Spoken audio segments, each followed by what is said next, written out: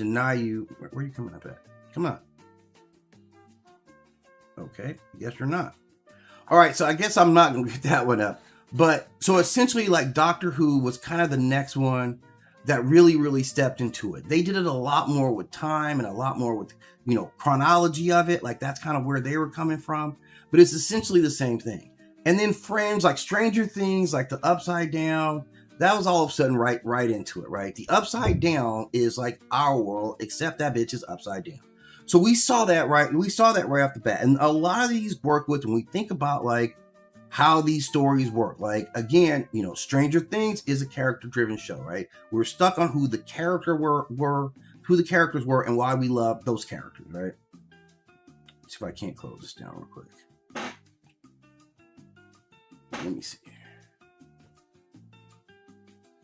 I'm just trying to pull this Doctor Who image up here. For some reason, it's not going to allow me to do it, but let's see here.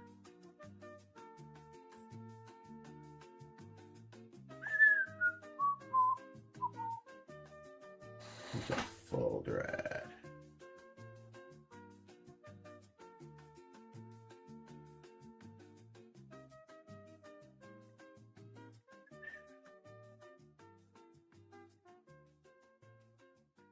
I just want to close this folder. I want to stop in this task.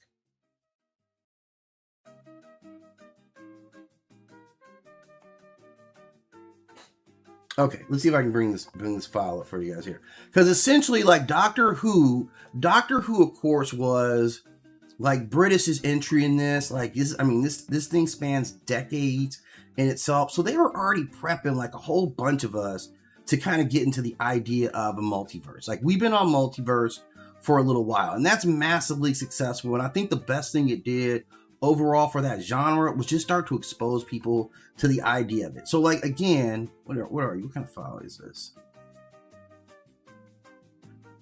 Again, this cast, like, and they've been massively, like, successful, massively, like, prominent in defining multiverse, right off the bat.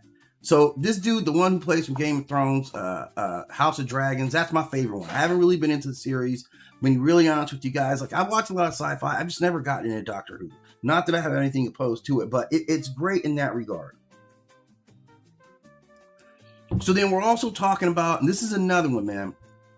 This is another one early on. Like, we all know Star Trek also had a multiverse, right? Like, we've seen Star Trek. Like, Star Trek does it directly with this mirrorverse, right? Like, those are a couple, you see it's smaller images, but you can see, like, this is the world in Star Trek where everybody had a goatee, right? Except for her, of course.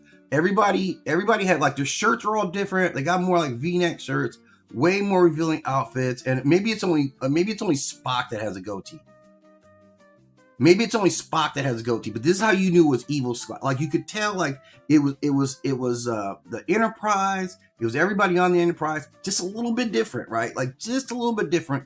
But this was Star Trek early on letting us know, yeah, there is a mirror universe out there. It's very similar. We got all the same stuff. Our ship just slightly different, like slightly more aggressive and sexual at the same time, and a lot more goatees in this world. Like, you got a V-neck. Like, look at that, man. Kirk's got on a V-neck. This is still the military. He's got on a V-neck collar. Look at what Uhura's not wearing. Uhura's basically like in a bikini on, you know, on a battleship. Like, think about what Uhura wore normally, and they said, yeah, let's make that but sexy. That's what they did. Like, so that's the mirrorverse.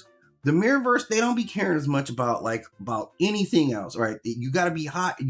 We would prefer that you wear a sash, right? The sash across the middle. That's also, so if you see your homie, now everything seems normal, but all of a sudden he has a goatee and he's wearing a gold sash around him. That probably lets you know this dude's from the mirrorverse, right? Like, and we dealt in mirrorverse a lot. Like, this isn't the only mirrorverse, you know, controversies that are out here, right? Oh man.